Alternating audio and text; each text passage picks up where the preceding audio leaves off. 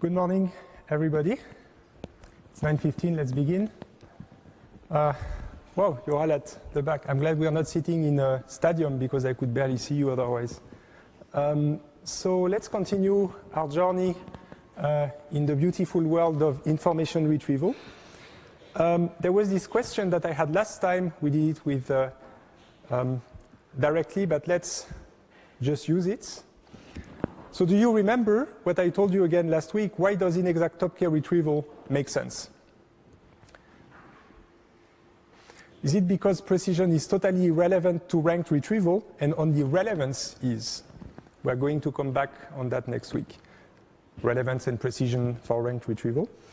Or is it because it leads to increased precision and increased relevance?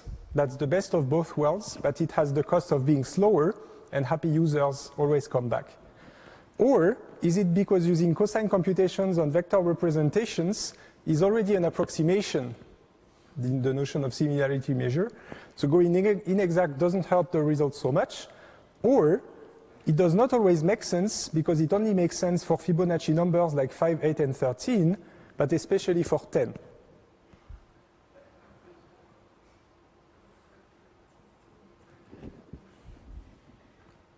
This should be quick. I think that's only a refresher. The reason I'm insisting on that, and I'm asking again this week, is just to remind you that everything you do, and it's just not computer science, it's not just computer science, also physicists, biologists, mathematicians, well, maybe not mathematicians, but everybody else abstracts away from reality. So every time you build a system or you do something, this is an approximation of reality.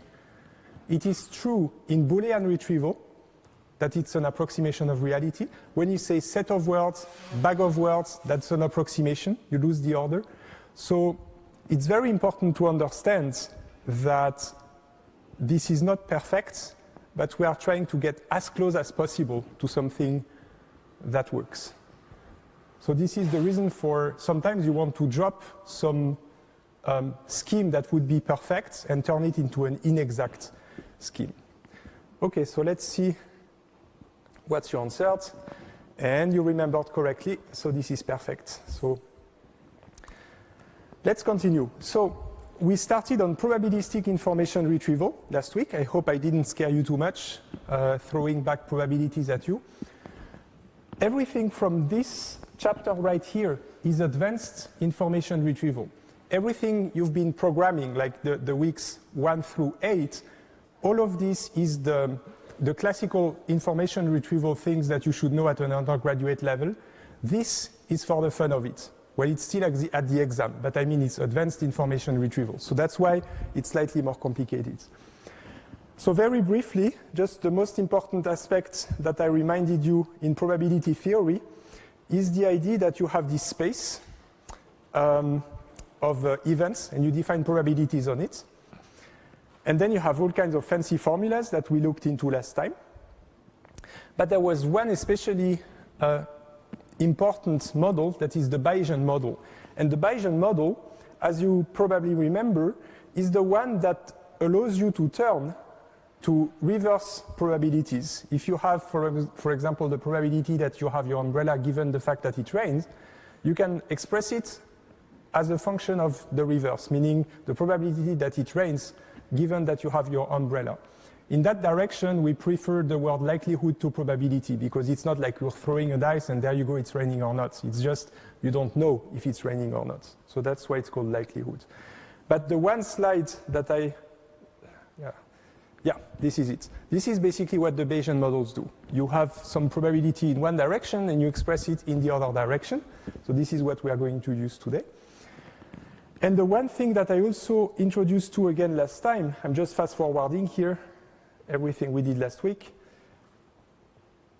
Oh, let me get rid of these transitions. I don't know why they come back. It's always a bug somehow. This just makes it too slow to fast forwards. There you go. So much faster. So the one thing that I told you about is the notion of random variables, and we introduced 3 random variables last time. Can you remember which 3? Can you tell me? In the context of information retrieval. Does anybody remember? Documents, queries, and relevance, right? D, Q, and R. I'm going to come back on that. But what I told you is that, and that you know from previous lectures, the idea of a random variable is that it's a function from the omega space to some value space. And what you can do then is use the probability function and move it over to the value space. It means that if you had a probability function, a probability distribution of omega, you can map that probability distribution to the value space. Here it's just 3 possible values. And you have this x here as a subscript that tells you this is the induced probability on the value space. And there you go. And yes, I know it doesn't sum to 1, and I have to correct all the slides. I will do this as soon as possible. And you will see that you can use either this notation here with the x as a subscript, or p that x equals something. These are the two that you are allowed to use. Today we are going to use this one. But here I will have D, Q, and R. These are my document, query, and relevance random variable. As I told you, this is forbidden. Why? Because x is nowhere here, and that's forbidden. You really have to specify which random variable you mean every time, either as a subscript or right here. And the next thing that I told you about is that you know how to ride bicycles, right? I think there's a lot of bikes in Zurich. When you learn as a child how to ride a bike, you may first start with the little wheels, right? And then you cannot fall, and then at some point you remove the wheels. For random variables, it's exactly the same thing. The wheels for random variables, it's the omega space. These are the wheels. This is how you actually define the random variable as a function from the omega space to some value space. And then you have omega explicit. But at some point, you remove the wheels. It's like when you really seriously start riding the bike and you forget about the omega space. And this is the reason why very often when you talk about random variables, there's no omega space anymore. It's here, it's implicit, it's hidden. You can trust that it's here. But it's sufficient to just say we have a random variable x, and we have the values, and then we have the induced probability on the random variable. Okay? So this is all things that you know. So now let's fast forward. And I told you, there's these 3 random variables in this context. The query is a random variable, the document is a random variable, and the relevance is a random variable. And this is thanks to the formalism of probability and random, the notion of probability and random variable, we can write stuff like this. The probability that given a query in a document, we know that the query is, for example, ETH Zurich. We know that the document is the homepage of ETH. What is the probability that it's relevant, right? And it makes sense that if now you compute this number for each D and Q, because what are the variables in there? The regular variables, it's just D and Q, right? This is a random variable, this is a random variable, this is a constant. So this depends on D and Q. For each document and query, you can compute that. And then what I told you last time is that if you have a query, so you fix Q, you can compute that for every document. And how do you return the best documents? If you have this number for every document, we saw that last time. You sort, right? So you return first the documents that have the highest probability of being relevant. These are the ones you return first. So you sort by this awful thing here. So Q is fixed, that's your query. And here I have, for example, 4 documents, E, D, E, F, and G. And it turns out that this is the highest for document F. It has a probability of almost 1 to be relevant, then a bit less for D, and then G, and then E, and these are your results. So this is a new way. We saw Boolean retrieval, we saw vector spaces. This is yet another way of doing information retrieval based on probabilities. And so we saw last time, this is an equivalent thing. Basically, we can also, if we want to turn that into Boolean retrieval, instead of ranking by this value, we can just have a cutoff on one half. And then every time the probability that a document is relevant is at least 1/2, then you return the document. And then you have a Boolean retrieval system. So you see you can have ranked retrieval, you can have Boolean retrieval, and so on. So this we also last time, and these two. So I'm not coming back on this. We will not need this today anyway. So today, we are going to spend a lot of time trying to compute this, right? For each D and Q, how do we compute this? And in order to compute this, we have to be smart, because if I just give you this formula, how can you come up with a scheme, right? It's not so easy to come up with.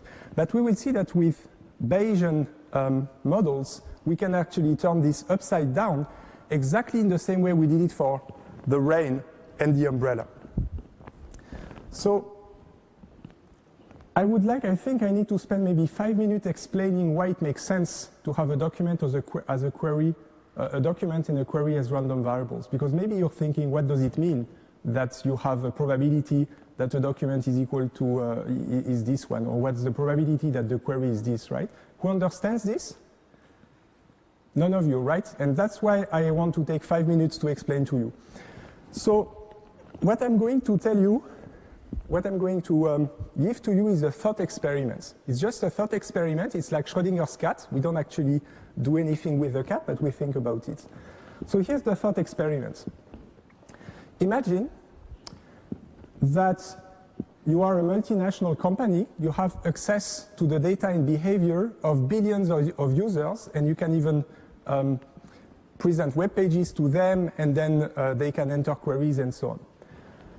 So the idea is that these users, they randomly pick a query, or they pick a query according to their own choice. So from your perspective, it's random, because you cannot really anticipate what the people will do. So you have billions of people that pick random queries. You, on the other side, return them random documents. I'm not saying yet if you're returning documents that depend on a query or not, just random documents. So they pick random queries, you pick random documents that you return to them, and once you have returned it to them, the people mark the document as relevant or not relevant given their query. This is the thought experiment. It's very simple. So you can see that the omega space is just, let's say, the space of all people, and each person will have picked one query, you will have given them one document, and they will either have marked it as relevant or not. So every small omega is one such elementary event where you have a query, a document, and relevance. So you can see this is why we call them random variables. For each little omega, for each person that participated in the experiment, we map this person, omega, to a document, a query, and whether it's relevant or not. These are our random variables. And now, what we can do with that, once we have this superb omega space with all the probability distribution on omega, for example, uniform over all the people, then you can compute this. Because this, you have everything you need. It's pure math, right? We have given the definition of that. It's the probability of the conjunction of the three divided by the probability of what is on the condition side, right? It's just the definition of a conditional probability. So you can compute that. So this is the thought experiments that we have in our minds in order to compute this. So now, if we really had billions of people, and we were actually able to run these experiments, we would have the exact values of that. And then we could use this data. Now, if somebody else now comes and gives you a query, and you want to return documents, well, you are going to use the data from this gigantic experiment with billions of people, and you are going to compute this for every document. What, in the pool of people that you looked at, you look for all people that issued query Q and to whom you gave D, and look at the proportion of people that told you, yes, this document is relevant.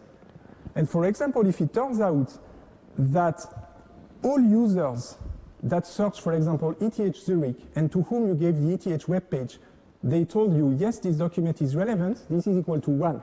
The probability of relevance, given that D is the ETH homepage and Q is ETH Zurich, is 1. Then you return that first, right? And then you for other documents, for example, the web page, I don't know, of some other university, it will be less, and so on and so on, right? Who understands that? It's just a thought experiment. So I hope you agree now that if we had these billions of people, if we were actually capable of having an issue query, return document, and mark them as relevant, we would have a perfect solution. But you probably guess that this is not realistic. There is no way, well, if you're a multinational company, maybe you can do these sort of experiments, but for the rest of us, with the small information retrieval system, we cannot do that. We cannot do an experiment on billions of people.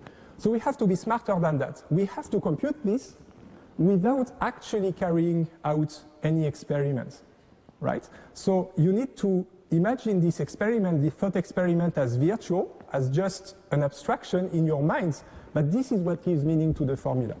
But now, let's be smart, and let's try to compute this without running any experiments. So I already told you that one thing that we do is use the set of words abstraction right here. It means that we consider that when we have D and Q, so when we have queries, these are Booleans, vectors of Booleans, right? So we are only interested in knowing if a term appears in a document. We don't care about the order. We don't care about the number of occurrences. So we don't care about term frequencies and so on. So it means that uppercase D and uppercase Q are random variables mapping to the vector space with Boolean values, right? From vectors that have as many rows as terms, and then you map to a Boolean.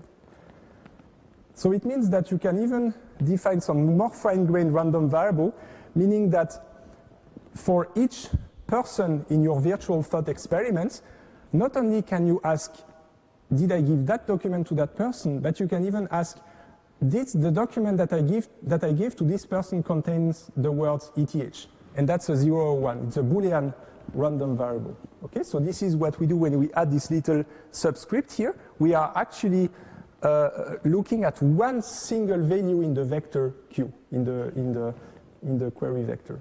So we can now start writing things like this, which is, in this thought experiment that I have, if I look at all people that issued the query, for example, ETH Zurich, all people that issued that query and that marked the document that I gave them as relevant, if I look at all these people, what was the proportion of the cases in which term K was present in the document or not? Depends if you set that to 1 or 0. If you set it to 1, then that's the probability that the document contains K.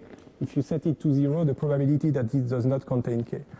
But if we forget about the thought experiment, we just are interested in knowing the probability that the document contains term K, given that it's relevant and that the query is Q.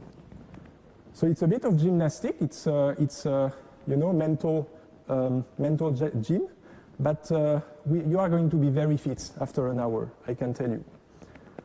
But now, let's put it all together and start to go into the serious stuff.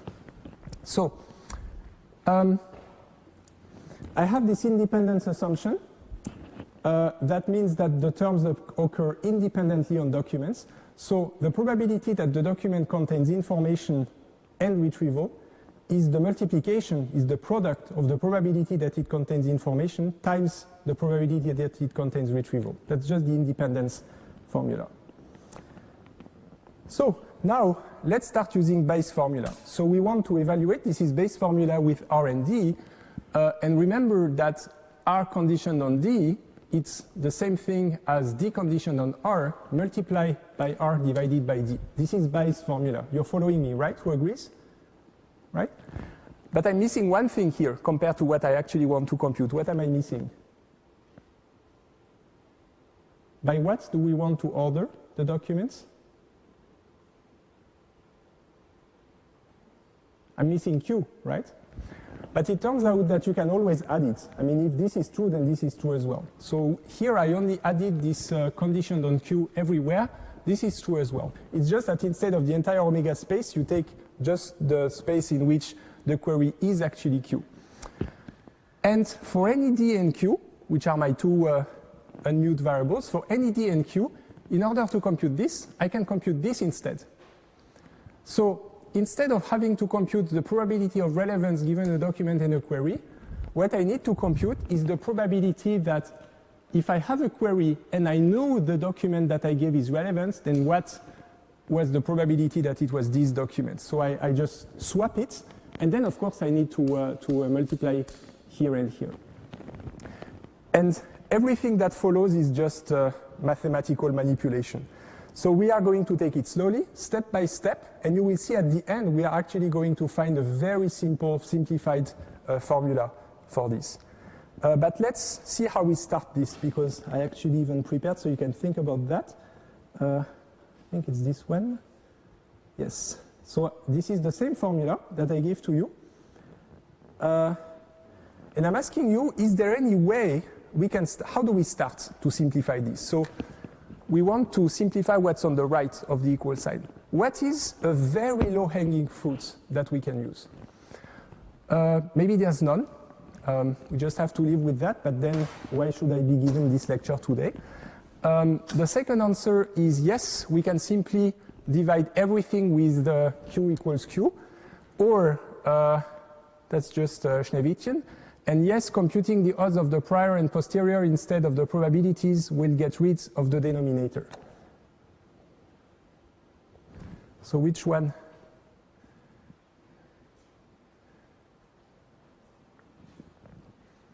I made it easy on purpose. It's just to show you that in the end it looks complicated. It looks like complicated formulas, but you will see it's actually, you should not be afraid of all these formulas.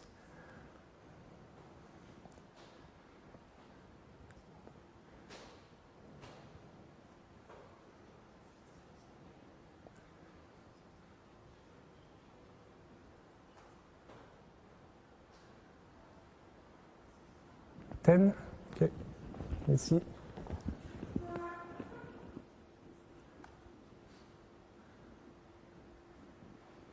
Aha.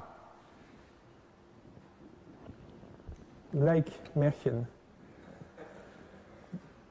Now I have exactly the odds, but you probably guess. So yes, of course, this is absolutely forbidden. Sometimes it can be tempting when you see a complicated formula and there's something everywhere, just divide by everything. This doesn't make any sense. You cannot divide things like that. This was the correct answer. We use the priors. And you will see if we use, if we use the odds instead of the probability, this makes one of the three factors go away. So let's come back to the formula. So how do we compute the odds? Do we remember how we compute odds? If I have a probability of an event, probability of event E, what are the odds of event E?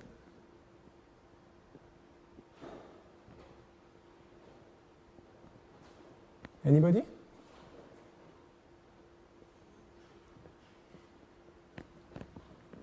Do you know? Okay. The probability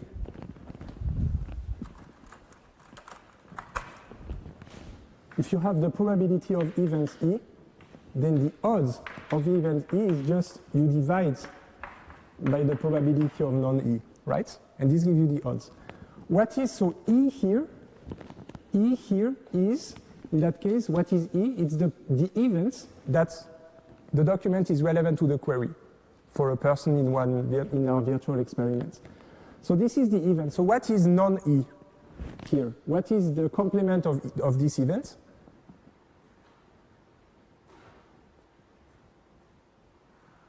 Anybody? I know you know it. It's just yes? Exactly. R equals 0, right? So you can see that now, if we write both, this is this with R equals 1, the same thing with R equals 0. So all I need to do here is change it here. The rest is the same. Can you see that if I divide, this goes away, the denominator? This is the trick. We got rid of one of the three, right? So if we divide here this by this, so it's this by this, and we plug this in, then what we get here is just the numerators. So I get what's up there and divided by what's up there. And there you go. And we got rid of the denominator. Yes, 1. 1 is done. Okay? So now, how do we simplify this? Well, maybe I can help you a bit like this. How can we simplify this expression? Or we express?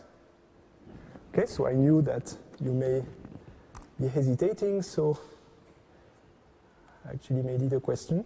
What is this?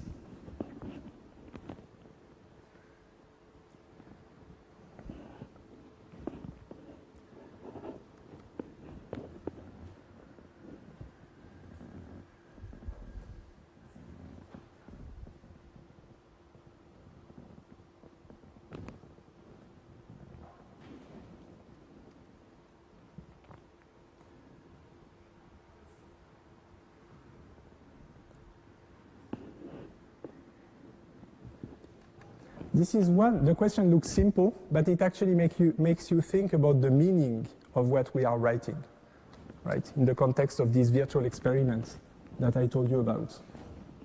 7 answers, 8.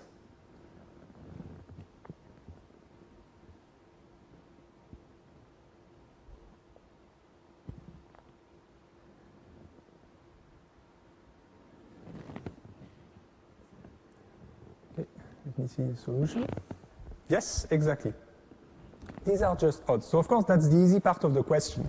You just divide an event. Well, there's a condition, of course, but you divide an event by the probability of an event by the probability of its complement. So these are the odds that the query is relevant. But then, you know, if you answer this, it actually makes sense that you're wondering, right? I told you there's 3 random variables. There's the relevance, the document, and the query. And I'm basically telling you that these are the odds of the document being relevant to the query, but there is no document, right? So it's totally, it makes sense to ask yourself the question. But don't forget that in our experiment, the documents, we have a document random variable. So what this means here, for example, that probability that R equals 1, given that Q equals Q, is imagine there are billions of people. You look at all the people that issued query Q. And in all these people, you ignore the documents that they've been given. All you do is you look at whether it's relevant or not. So you basically sum all over all the documents you gave them. So this is why the document is not there. It's a random variable, right? So we do not know what document it is, but we are interested in is it relevant or not. So you see that the formulas actually have a meaning in the context, in our context. So this is it, these are odds, okay? But this was the easy part. Now fasten your seat belts. Here, we can use an independence assumption. Do you remember what I told you? So what kind of mathematical objects are D and Q? Small d and small q. There are? What are they? How do we model our documents and queries? Vectors of Booleans. And do you remember what I told you about the probability that a document is one specific document? So if I give you one vector of Booleans and I ask you what is the probability that the document is exactly that vector of Booleans, with the independence assumption, how can you express it?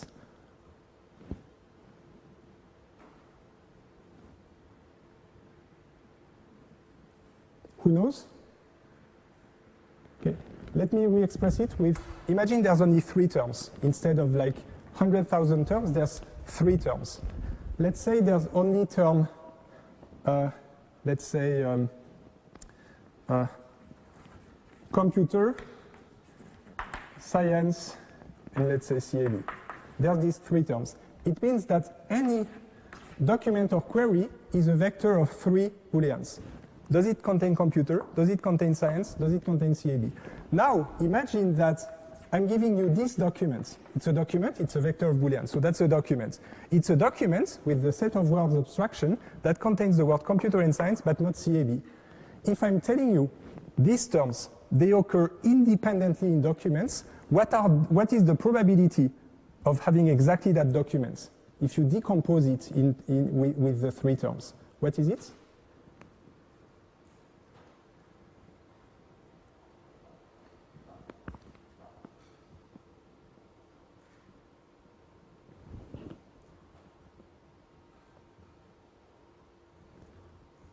Yes, can you tell me?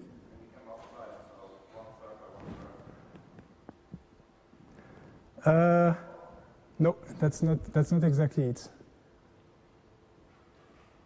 So maybe you're saying 1/3 because you're assuming some kind of distribution over this, right? But let me tell you something else. Imagine that the probability that computer occurs in a document is 1/10. The probability that science occurs in a document is 1/4, and the probability that CAB occurs in a document is 3/8. If this is independent, they occur independently, what are the probabilities that this is my document? Can you tell me?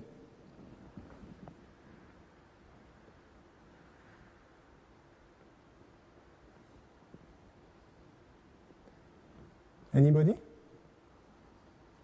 So this is the probability that the document contains computer and contains science and does not contain CAB. And here I'm giving you the decomposed probability. So how do you compute this, the probability that the document is equal to this? What is it? Yes? So let me compute. So basically you multiply this by 1 minus this, 1/8, and exactly, you find 5 divided by 320. Who of you understands this? Very good. So now we can abstract this away and do it up there. You got the idea. So we have this independence. That's a very important assumption. So this is exactly what we've just done. The probability that a document is a given vector of Booleans, you just multiply for each term the probability that the term occurs. So it's a 1 if it occurs, decay is a 1 here if it occurs, or a 0 if it doesn't. Whenever it's a 0, you just need to do, as you did 1 minus 3/8, you need to do 1 minus. But this is my assumption. Let's plug it in. I plug it in there. So here it's exactly the same thing, but I add the conditions here. R equals 1, Q equals Q. And now I plug it in back there. Here's what you get. Okay? So now I can just distribute the product over the fraction. So it's just like Math 101. And now, here's how I transform this formula. So the next step is, remember, this is Boolean. You can see that it's Boolean. We did it right here. There's only, here, it's either 1 or 0. So the probability that decay equals 1, that's what we had here. The probability that it equals 0, it's just 1 minus. Okay? So this is Boolean. So if it's Boolean, and we have this vector, why don't we cut it in two? So what we do is, in this product here, I'm taking this together, so that corresponds to the ones here. I'm taking the product of these for which the Boolean was 1, and this separately. So I just separate the ones and the zeros. So if I separate that, it's only a matter of having two products instead of one, slightly smaller. Can you still see? Who can see what is written here? Who cannot? If you cannot, do not hesitate to get closer. I just rewrote exactly the same thing, but here I'm only summing over these over the zeros. So I'm summing over the terms for which for that term it is not in the document. And here I have all the terms that are in my vector small d, right? Remember that small d and small q are given. I'm computing it, somebody gave me d and q, small d, small q, and I know small d and small q, right? This is a given. So I know if it's 0 or 1. So that's why I can discriminate here between all the factors where the term does not appear in the documents and all the factors for which the term does appear in the documents. Okay, so now let's start giving names to things. This little thing here, it's the probability that term k appears in our documents, knowing that it's query q and that the document is relevant. We call it PQ, PK. It's P subscript k.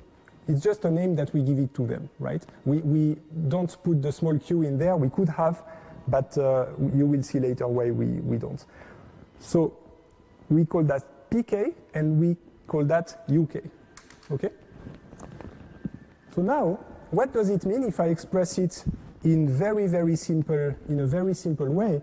That's called the contingency table, by the way, if you look at the probability. So here is one random variable, that's one Boolean random variable. Either term k is present or it's not present.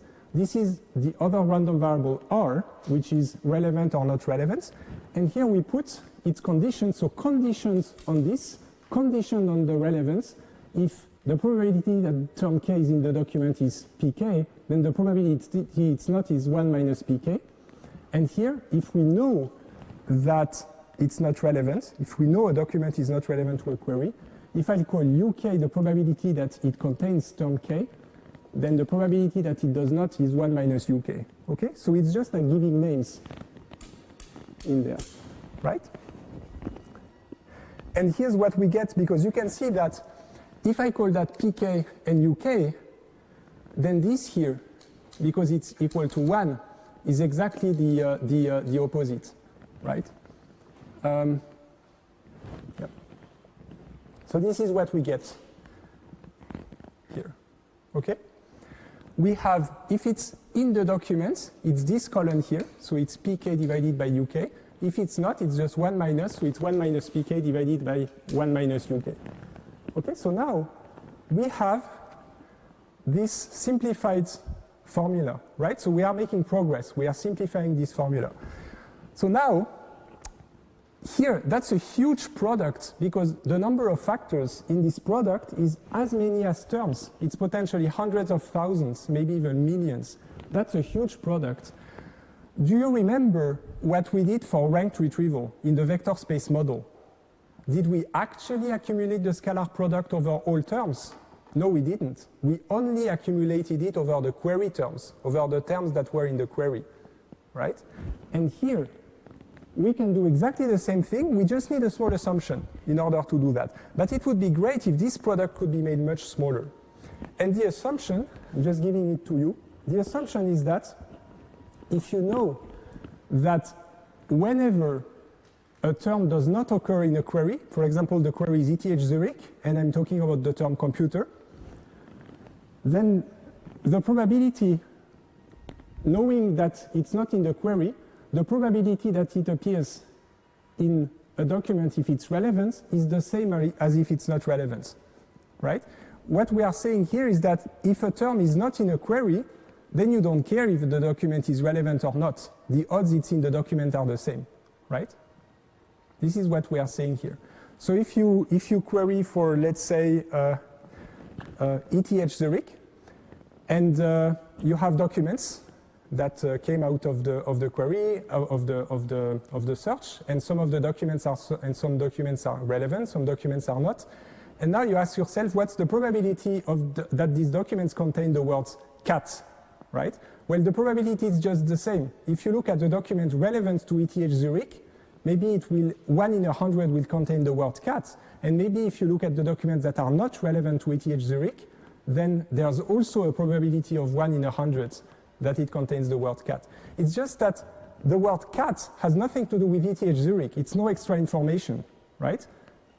Maybe you will find it on the physicist websites, the theoretical physicists with Schrödinger's experiments. There will be the word cat on their pages. But maybe you will also find the word cat, I don't know, in some shops where you can buy cat food, right?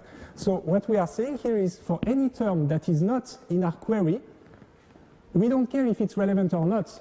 The probability that it's in the document is the same. This is what we are saying here. So now we can restrict this product to just a qk equals 1. We can only do the product on the terms of the query. So if the query is ETH Zurich, the only two factors I will have here is for k equals ETH and k equals Zurich. And that's it. This is a much smaller product. But now, let's do one more thing, because we want to simplify things. And here it's kind of mathematical magics. I have here a product over the query terms that are found in this document D. And I have here, this is what I'm going to do. I'm going here on that side to divide with this product here. With it's exactly the same thing as here, but with my 1 minus. and at the same time multiply with exactly the same thing. So you know that if you multiply by A and at the same time you divide by A, you don't change anything. So it's hocus pocus, it's just some mathematical magics. I divide by this in here and I multiply by this in here. So what do I get here if I divide? Well, I will just have this, this here that will appear multiplied here, right? So this is what will happen. And here, if I multiply this with this, what's the only difference? dk equals 0 here, and dk equals 1 here. So it's like a union. If we multiply this with this, we are unioning the terms here that are not in the documents with the terms that are in the documents. So it just means that this will disappear from the product, right? So let me press and do exactly what I told you from here to here. So I divided on that side with this, so this is why it's swapped now, because that was a division, so I did this. And here on that side, since I multiplied, it's now the union of whether it appears or not, and this is why dk equals 1 or 0 disappeared. Who is following me? Very good. But now, there is something absolutely wonderful here. Can you see it? Can anybody see why this is wonderful?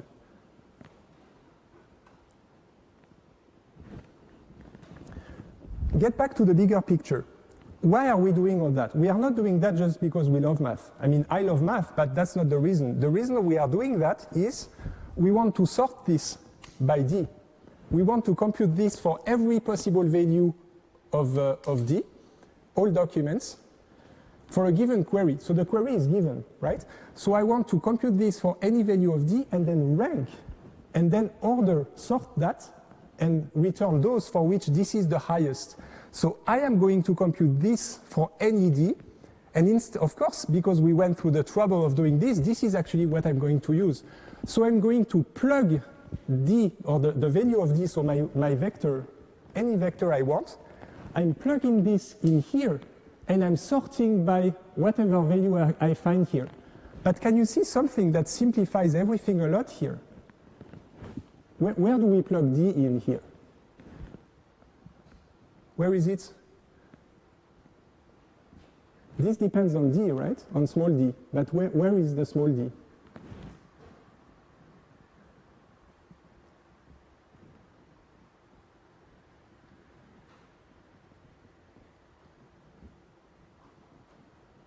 Who doesn't see it? You don't? Who sees it? Yes, can you tell me where it is? Yeah, this is where it is.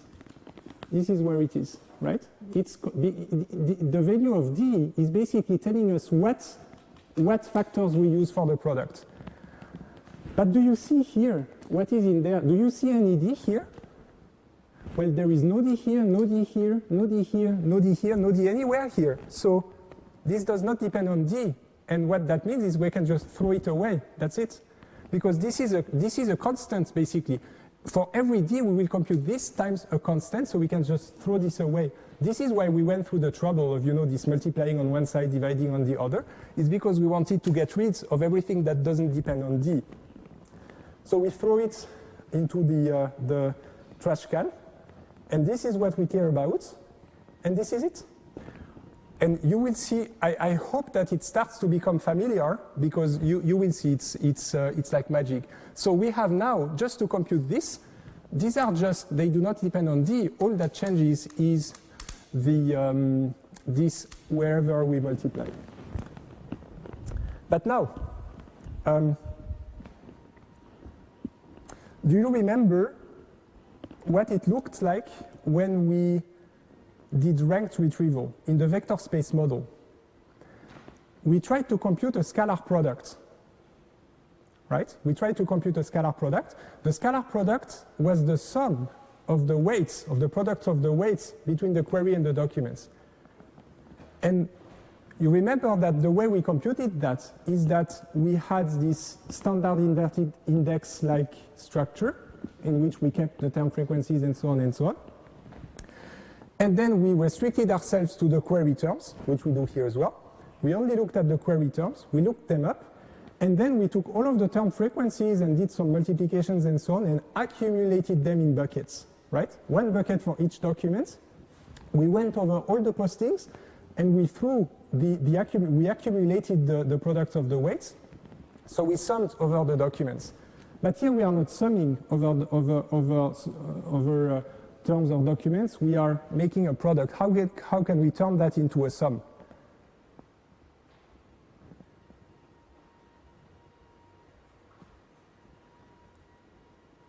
Can you tell me? I know the answer, the question is easy, so you're just shy here. How do we turn a product into a sum? Yes? Exactly, we take the logarithm. That's exactly what we do here. So we take the log of this. I just give it a name here. Retrieval status value, that means. So we just take the log of this, and if I take the log, there's a product here and a division here, so this is turned into a sum, this is turned into a minus, the product here. So here's what we get. We get a sum, so this is incredibly similar to what we did with the scalar products back then. So we sum over the terms that appear in both the document and the query, exactly what we did for the vector space model, and we sum these things here. So what do we have here? This is the logarithm of pk divided by 1 minus pk, and we subtract the logarithm of uk divided by 1 minus uk. But now let's try to make sense of that. What is this? So pk was the probability that terms k appears in the document if you know its relevance. So it's the probability that term k appears in a relevant document. We divide it by 1 minus. What is it when you divide the probability by 1 minus the same probability? What is it called?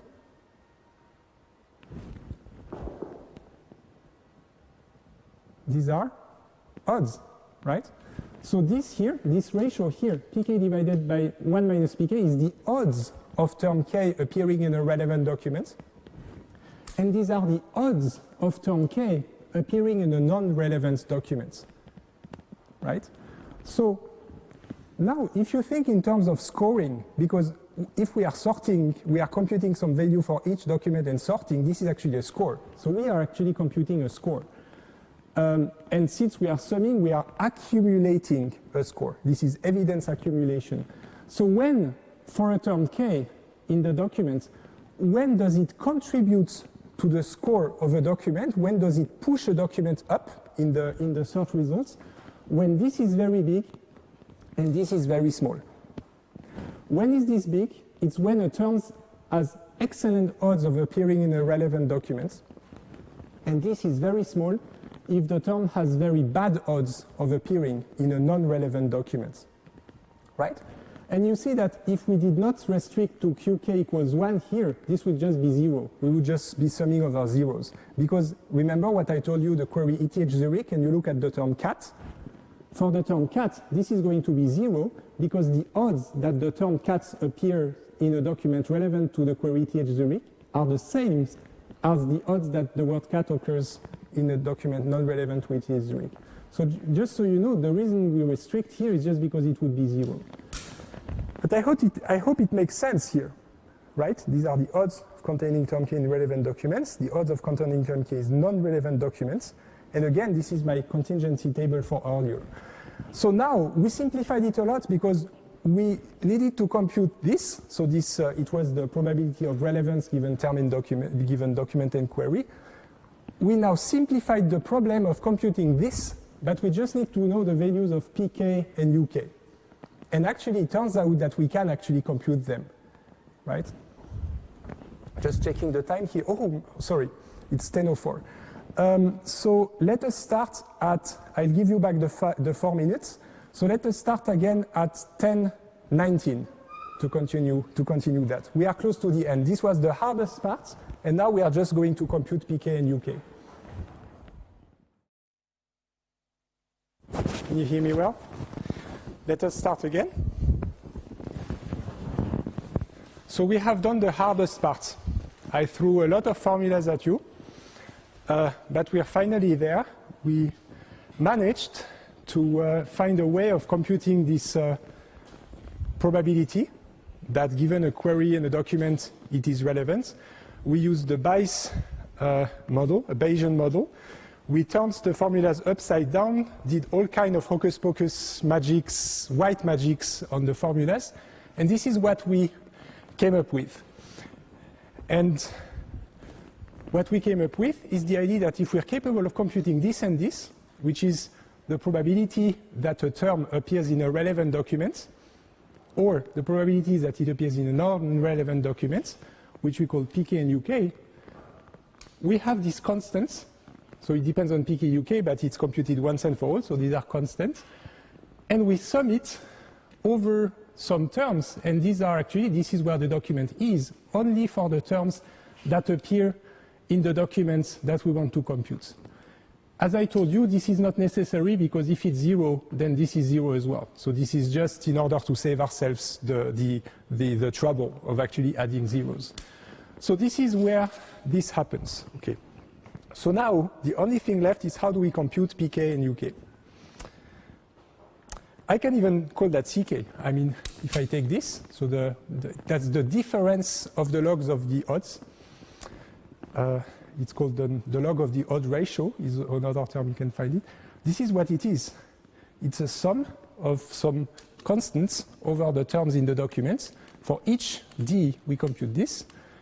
And actually, you can notice that this can be re-expressed if we have it for each term.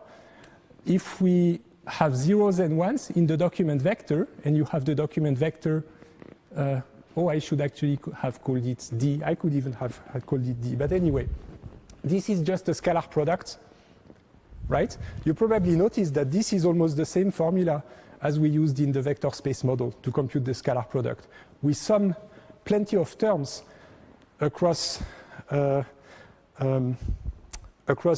sum the terms for each document.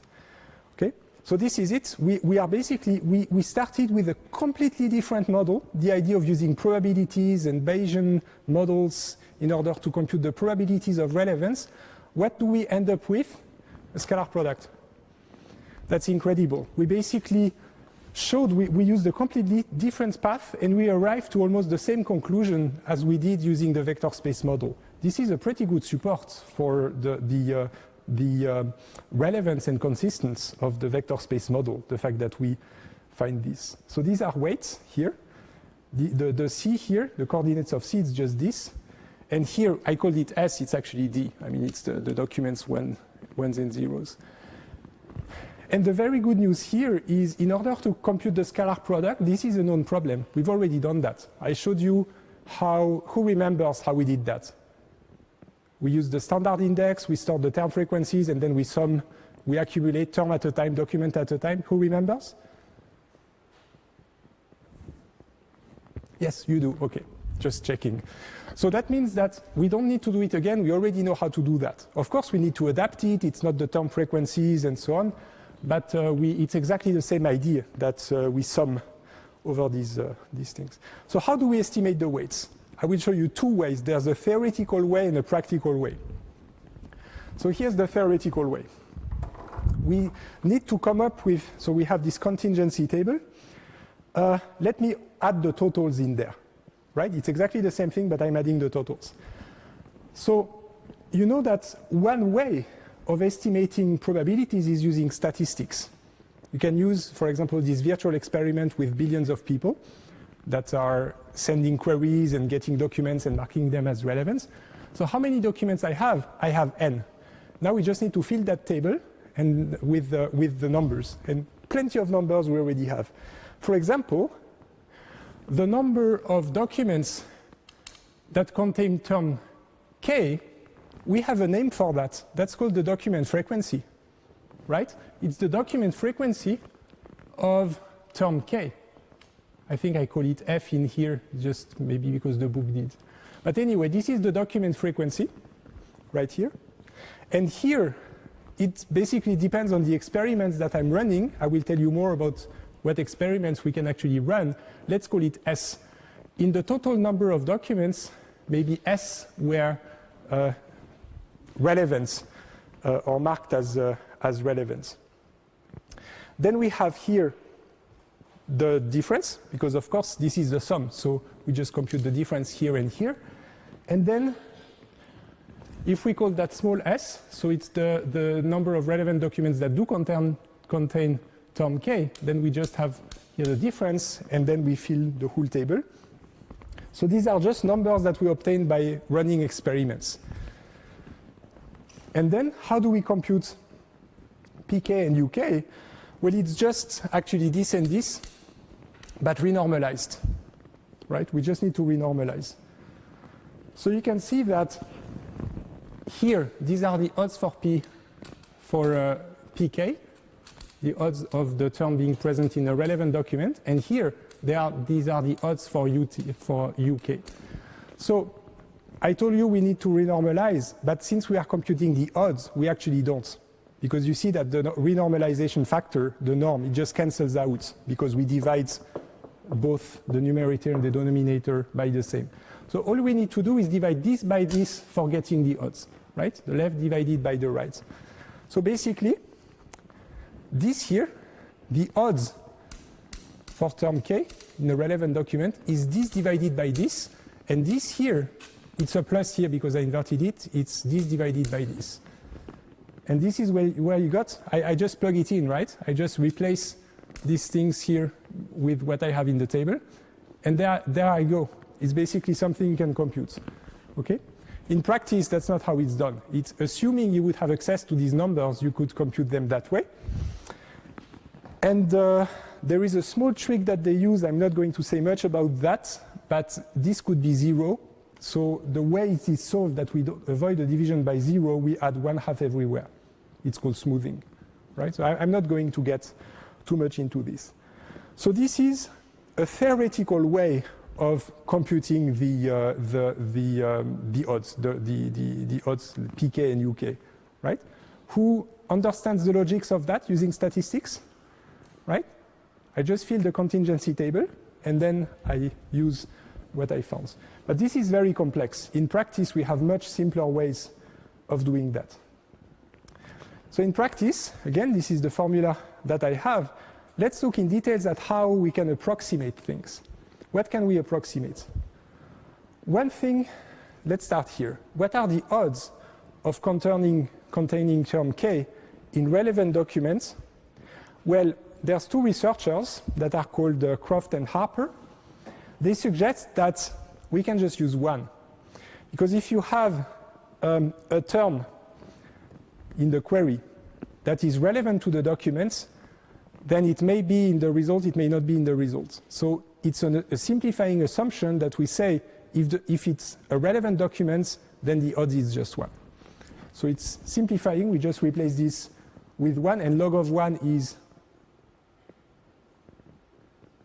0, yes? So we just take it out. And now, the other side is the odds of containing term k in a non-relevant document. Do you see it? A very simple way of approximating that.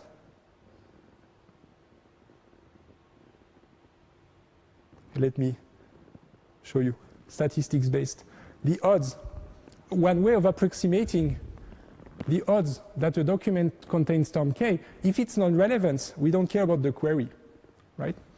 If it's not relevant, the odds that it contains term k is just the number of documents that contain the term divided by those that do not, right? And the number of those that contain the term is just the document frequency.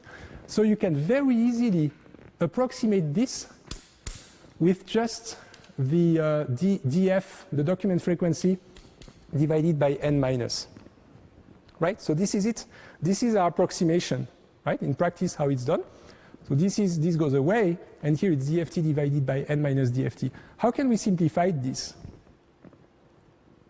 Approximate again. The df, the document frequency, how does it compare with n? It's small, right? You may have 1 billion documents, but the number of documents containing a term will be small, maybe except for stop words. But if we forget about stop words, then this is going to be approximated by just n. You can remove that. This is small in comparison, right? Oh, here I just inverted it again. Yeah, This is what we get. Do you have these aha moments here? Do you recognize that? Does anybody recognize that? This here?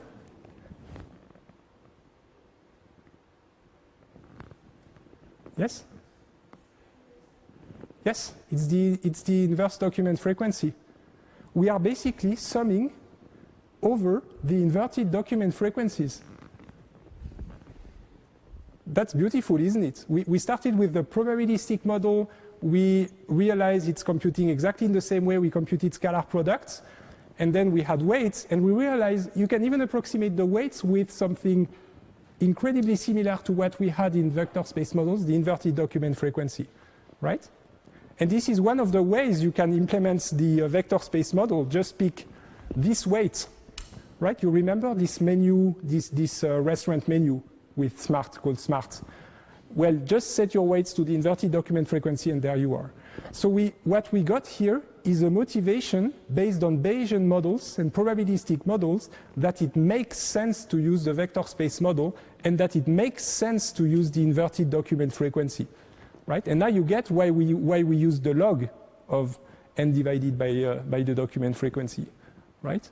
Don't worry about this should be k here. I will fix it all. It should be a subscript k. Who followed all of this? Most of it? Who is completely lost? Who doesn't know if they are lost? Okay, I'm assuming since nobody complains that you followed. Just a few words here. What we did is chapter 11. So the first chapters we had in the semester were 1 through 7. So that was very easy. 1 week was basically one chapter. But then I skipped all the way. And what we have done here is chapter 11, probabilistic information retrieval. So if you want to, if there are things that are unclear in there, just open the book, go to chapter 11, but stop, do not read the part on after 11.3.4. So only read 1, 2, 3, 4, 5, 6, 7, 8, 9 pages, the first 9 pages of chapter 11, okay? Just the words of warning that I have, and I told you already last time, the book uses approximations, so you just need to be aware, correct in your mind when you read the book, that when they write things like probability that r equals 1, and here they use this shortcut here. So first, they use arrows. That's totally fine. Using arrows basically just makes it clear it's a vector. It's not necessary. You can do that. I could have used arrows as well. When I use the small d and small q, I could have put arrows. So this is one thing. This doesn't hurt. They call the document X. So that's fine. You can. I called it D, but that's totally fine as well. The one thing that I don't like in there and that you should fix in your minds is that they should have written this. Normally, this is the correct way.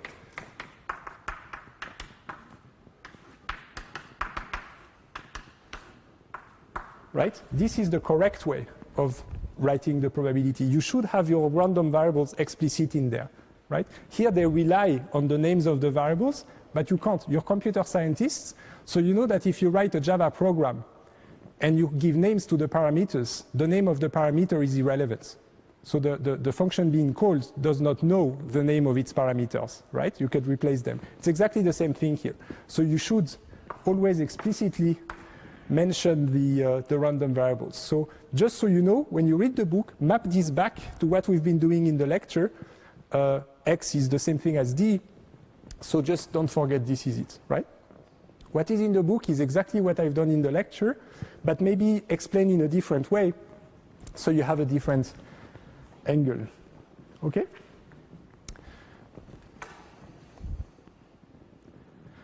So the take-home message here is we started a whole new model using Bayesian models and this virtual experiment with billions of people tagging documents as relevant and picking random queries.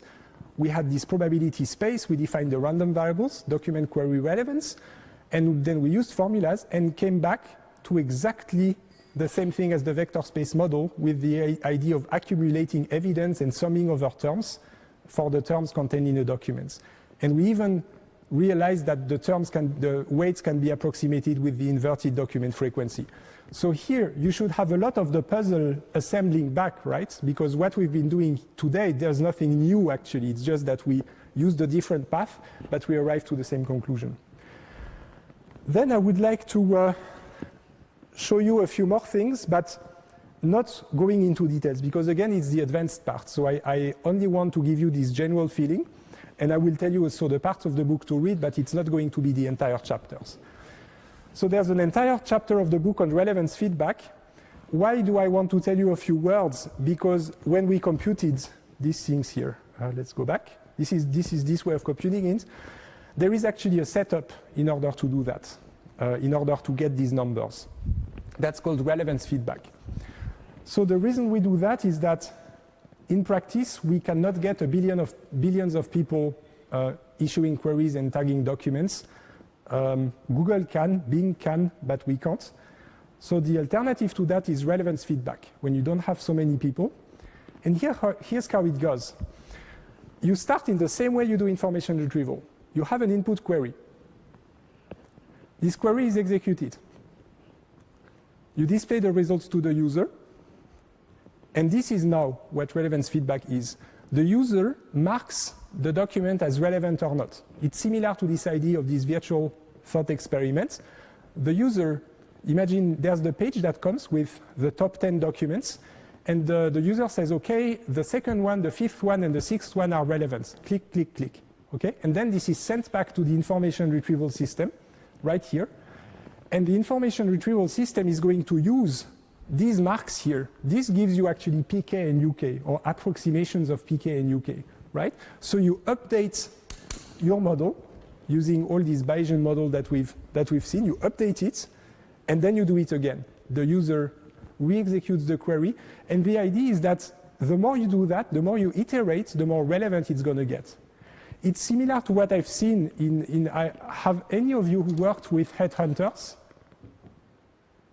Companies that recruits, that help you get a job, basically. The way that it typically works is exactly the same way. They will send you a set of positions from some companies, position descriptions, and they will ask you, what are the positions you're interested in and why? And then you will reply and say, okay, I'm interested in the position in that company, and in that company. And then you send it back, and then the headhunter will reiterate, and the more you reiterate, the more relevant the positions become. It's exactly the same idea that we are doing here. So this provides us with a much simpler way that doesn't need billions of people, right? You just have your user executing a query live, and you just interact with the user. There is an entire chapter of the book dedicated to that, but it's not part of the lecture material. What's part of the lecture material is just knowing that you can do that you can do it that way. Okay, this is called relevance feedback. And the reason, just so you're aware of that, I think I said it in the second week, but this is extremely important. I told you, even today, that even in the Boolean model, the Boolean query retrieval, we may not have perfect precision. But then you could wonder, how can it be? I mean, there is nothing as precise as Boolean models, right? Either a term is in a document and not in a document. So if you have a query, for example, ETH Zurich, and you intersect the set of documents containing ETH and the set of documents containing Zurich, you have 100% precision, right? And 100% recall, because this is exact. It's just applying math and Boolean to the information retrieval system. But here's why this is not as simple as it seems. You actually need to distinguish between a query and an information need. Imagine somebody typed that into Google. What are they looking for? Well, you may think they're looking for this university, right? This is one possibility. Alice is searching for a higher education institution. But they could be searching for something else. You don't know. Maybe Bob is searching for Ethereum cryptocurrency in Zurich, Kansas, in the US. they would also type ETH Zurich, right? Maybe the odds are a bit lower, but this is still possible. You cannot exclude that. And maybe Carlos is searching for the extended trading hours, ETH, on insurance stocks, Zurich Insurance, right? So the reason I'm telling you that is do not confuse the query that is actually entered in the system with what the user is actually searching. These are two different things. And this is why we are going to come back on that next week, but the notion of precision and recall always apply. And the notion of precision and recall is based on the information need. So when you have a system like that, you may have thought, if you really rely on the query and it has precision and recall, you don't need this feedback loop here. If you type ETH Zurich, it's clear you want ETH, but no, it's not. And this is basically right here that the user will give you feedback, because maybe it's going to mark all the pages with cryptocurrencies and blockchain in there, and then you will stop returning the web page of ETH, but instead you will return Ethereum blockchain web pages, right? Distinguish between the query entered into the system and the information need. The query into the system you have, the information need you don't. It's just a guessing game with the user. And that's the whole reason why we have this probabilistic information retrieval with estimating the probability that a user will find the document's relevance against the query, right? So this is relevance feedback. So this is one more thing that I wanted to show you. An entire chapter based on that, but I will not even put it in the material. This is chapter 9, I think. Yeah. But you please do not read it. I mean, except of course for those of you who are curious, but it's not part of the material. There is also a chapter, I did not create a new slide series for that. Chapter 12 is on language models. Again, you will not have to read it entirely, just the first few pages, but I want to show you what language models are about and why they are actually also using probabilistic models. So just let's go into this. It's yet another way of doing information retrieval. It's a way that is aware of the meaning of the documents, in the sense that the probabilistic information retrieval that we've been doing, it's only working with vectors of Booleans. So there is no information about the language that is being used, right? But here we are. So do you remember that? Who knows what that is? Yes, you do. Perfect. This is a finite state automaton. And what kind of languages can you parse with that? Regular languages, right? So the way it works is that you have this transition table in there. You all know that, right? And you have a state, 1, 2, 3, 4, 5, 1, 2, 3, 4, 5. And then you say, depending on the letter you read, to what state you go. So if you are in state 1 and read letter A, you go to state 5. So this is this H here, and so on. So you know that. I'm assuming you know that. So for example, if you read this word here, and you want to test if it belongs to the language that this automaton represents, then you just start here, and you read the word, so B, A, and you accept, right? This should all be familiar. Nothing new here. And for example, if you do B, A, you reject. This is how it works. You already know. So formally, you can express that with the starting. So you need to select where you start. You need to select an alphabet. So it's typically called sigma. You need a transition function, which takes a state and a letter of this alphabet and gives you a new state. And you need a set of final states in which you accept. Okay? Just a reminder. So now, what this gives you, the way you do it formally, is that you have a language that we call L, for example. A language is just a set of words. And the set of words is just, not for the language, but all possible words, it's a monoid, right? You just concatenate strings of characters. So in our case, you probably guessed that this automaton here accepts exactly the words that look like this. B, A, and then as many A's as you want, right? Because the only way you can end up here is arriving that way and then keeping adding more A's. Okay? So this is the language. But now, let's connect it back to the probabilistic model. Imagine that instead of calling that L, I call it omega. If I start calling it omega, you will have this irresistible urge to add probabilities to each one of the words, I assume, like this. So you basically are going to have exactly what we did in the former set. Each word here, imagine you pick these words at random in this language. They have probabilities that sum up to 1, and here I bring it back into using the letters for the language model. So I have a probability that assigns every word in my language to a number between 0 and 1, and it sums to 1. Okay, nothing new.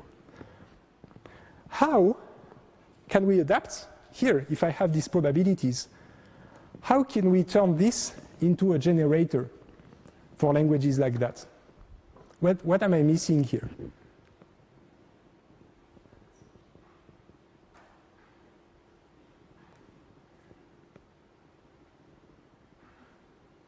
Probabilities, right? This is the one thing I added. So I need to add probabilities. So here's an example. Basically, every time I am in a state, my transition function will not only tell me if you read that letter, go to that state, but it will give me a probability distribution on the next letter. So here, for example, if I start here, I will have a B with probability 1/2 and A with probability 1/2. And then we are doing, you know, when you have an air conditioner, you can reverse it and using it as a heating system in winter, right? All you need to do is just reverse it, and then you go, it's going to heat instead of cool down. This is exactly the same here. We just turn the knob, and suddenly instead of consuming words and saying if they're in a language, we are turning the knob and generating words. And to generate a word, we just read the probability here, 1/2, 1/2. I just need to throw some dices, yes?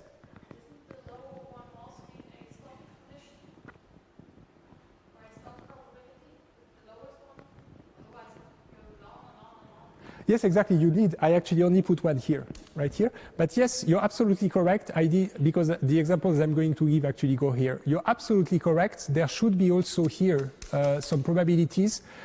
For example, I could have put 3/4 here and then 1/4 stop. You're absolutely correct. I will think of adding that, actually. I was focused on the first line. You're absolutely correct. You need a stop probability in there. Otherwise, you never stop. So this is correct. But don't worry, because I'm using the first row of states right here. Thank you for the remark. So let's say I throw my dice and I get heads, and that gives me a B.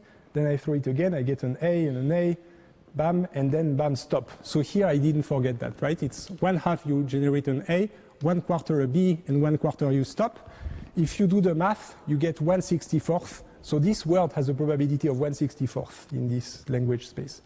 Okay? So this is some background. Who's following me? Everybody, perfect. So now, if I generate a document at random, this is basically a random variable. I can model that with a random variable, and the random variable is mapping some omega space into, what is this? It's the clean star. I have a set of terms that I call T. This is, let me ask you actually a question. What abstract model of documents am I using here? Imagine that instead of letters, I have terms, and instead of words, I have documents. So I use my automaton. Every time I pick a term with the probability, and I write term, then I stop, and I have a document. So now I'm writing here, this document. It's the set of terms and the clean star. What abstract model am I using? What is a document in that context? Is it a set of words? Is it a bag of words?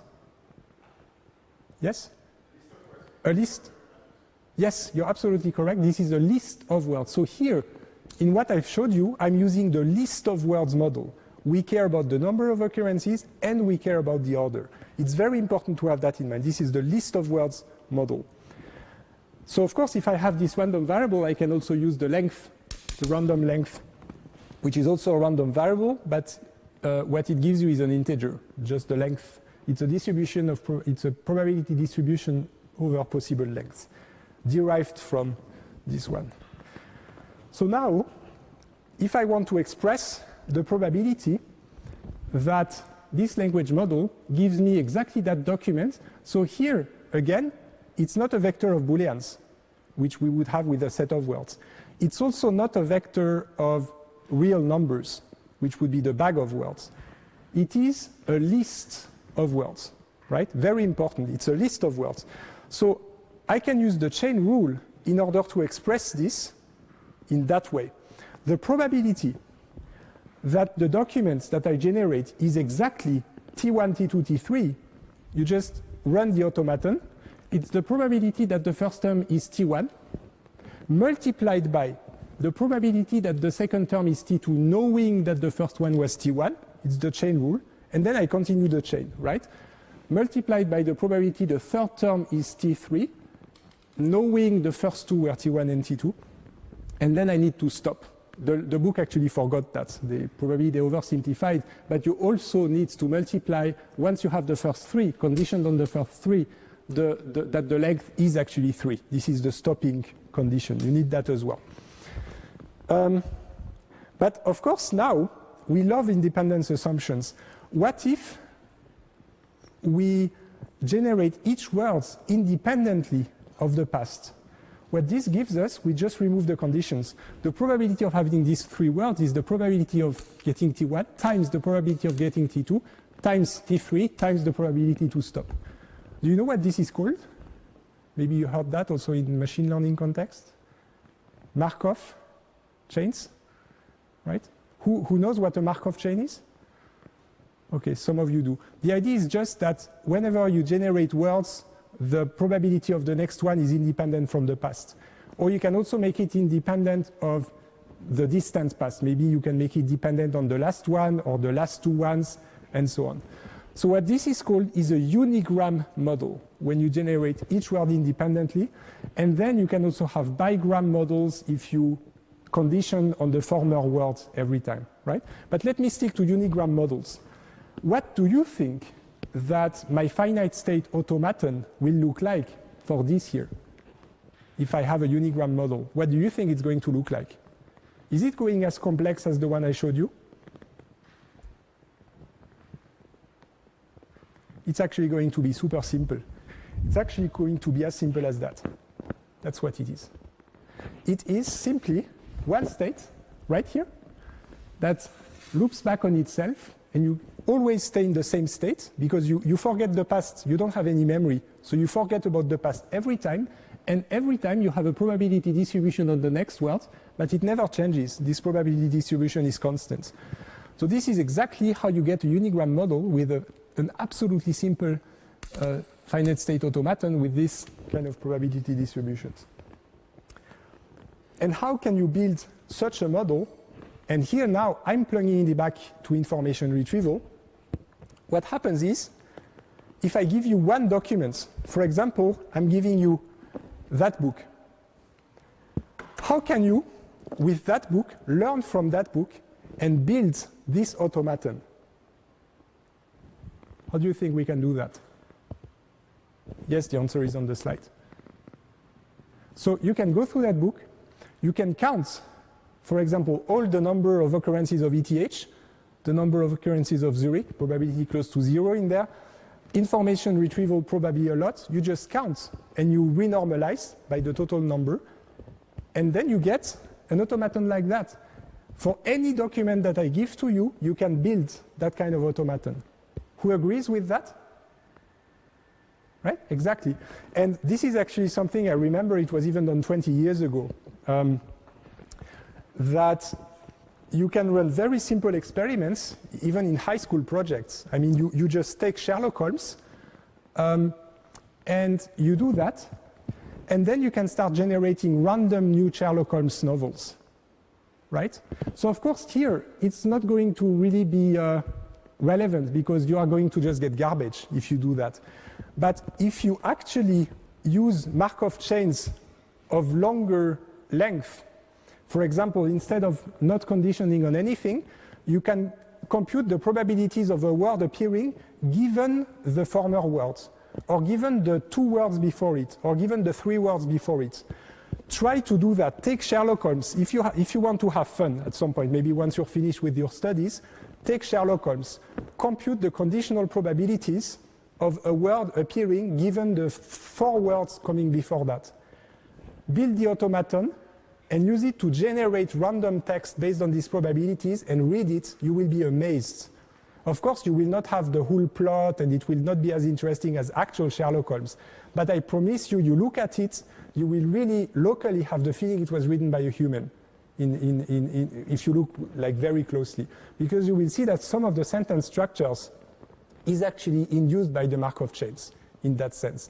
So this is really what I'm saying here is given any book, you can learn from it and start generating similar things. You can do the same thing with music. I remember that Douglas Hofstadter at some point fed some Bach sheets into a computer using Markov chain, and he was able to generate new music. And when he was asking the people to vote, what do you think was composed by Bach, what was not, people would just make the mistake. They would, if they didn't know before that the piece by Bach, they would just not know what was the computer, what was Bach. So just saying this is the whole big picture. For any documents, you can build a model. Then, of course, we can get rid of the order. How do we get rid of the order? We just create another random variable where we put into the same bag all the lists of words that have the same frequencies, right? So we can turn this into a bag of words. There's even a formula in the book, but all you need to do is put them into bags and sum the probabilities, and then you get a bag of words model, okay? Just put them into equivalence classes. It's called the multinomial distribution, but that's okay. So here's my information retrieval system. I generate a model for every single document in my repository. Maybe I do that 1,000,000 times. For every document, I have a model. How? For example, just using the frequencies, the term frequencies. Okay? Now, here's how I turn that into an information retrieval model. Imagine the user enters a query queue. Information retrieval, for example, or ETH Zurich, or whatever you want, some query. I'm going to give to you another thought experiment. It has nothing to do with the former one, it's a different thought experiment. Imagine that we pick a random document in the set. For example, we pick that one amongst 1,000,000 different documents. I pick a random document, I build the model of that document. Now I reverse the knob of the automaton, and I start generating something out of that model that I built from the document, exactly the same thing that I fed Bach into the computer, and the computer now generates some Bach-like music. We generate something with the model we got from the documents, and we get something in there as an output, right? You can model that as a random variable because it has some probabilities of being this or that. We generated that out of the documents, and tada, we happen to find Q, right? It so turns out that we just generated Q. I'm giving you the information, we did all that, and what came out here is exactly the query you entered. And now I'm asking the question, what document in my system was the most likely that I actually used in order to generate this, right? Imagine you query for ETH Zurich. And now you build a language model for the web page of ETH, University of Zurich, MIT, and so on, all of these pages. And now I'm giving you the information out of that model. We just generated the words ETH Zurich. What do you think? What web page gave me that model that I used? It's very likely it was the ETH page, right? That's the idea. What is the most likely to have been used? And that gives you exactly the same thing we've done with information retrieval. It gives you a Bayesian model. And you need to sort in exactly the same way. And again, you can ignore this, ignore that. And then these probabilities are exactly using the automaton with this independence assumption. And then you get out of the box a whole new information retrieval system. Who understood this on the big picture? Right? Okay, it's really a trick, the idea of what was the documents that most likely produced my query. Okay, so that's actually it for today. I think I just want to check that you followed. It was a bit tricky, and so sometimes when you don't react, I'm always wondering, is it too easy, is it too hard? Let me just check.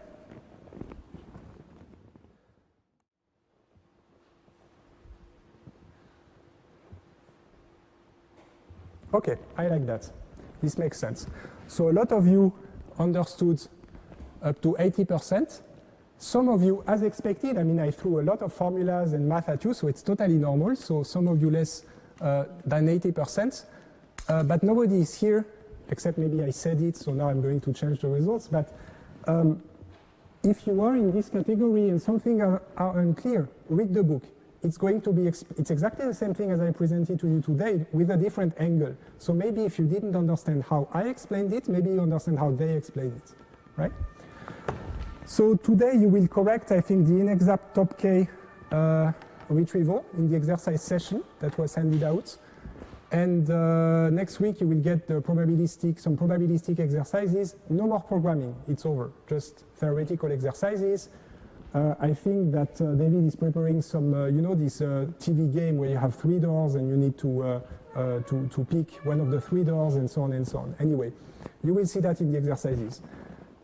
So thanks a lot. If you don't understand anything even with the book, come to us, to the TAs, to me, send us email. If there's any mistakes in the slides, some of you already pointed out some to me, please do that. Send me an email saying, okay, there is a mistake on that and that slides. I will fix them and re-upload the slides. Okay? So thanks a lot. I'll see you next week. We are going to talk probably on precision and recall next week. Maybe a shorter lecture, we'll see. Yeah, at 9 a.m. next Friday. Thanks a lot.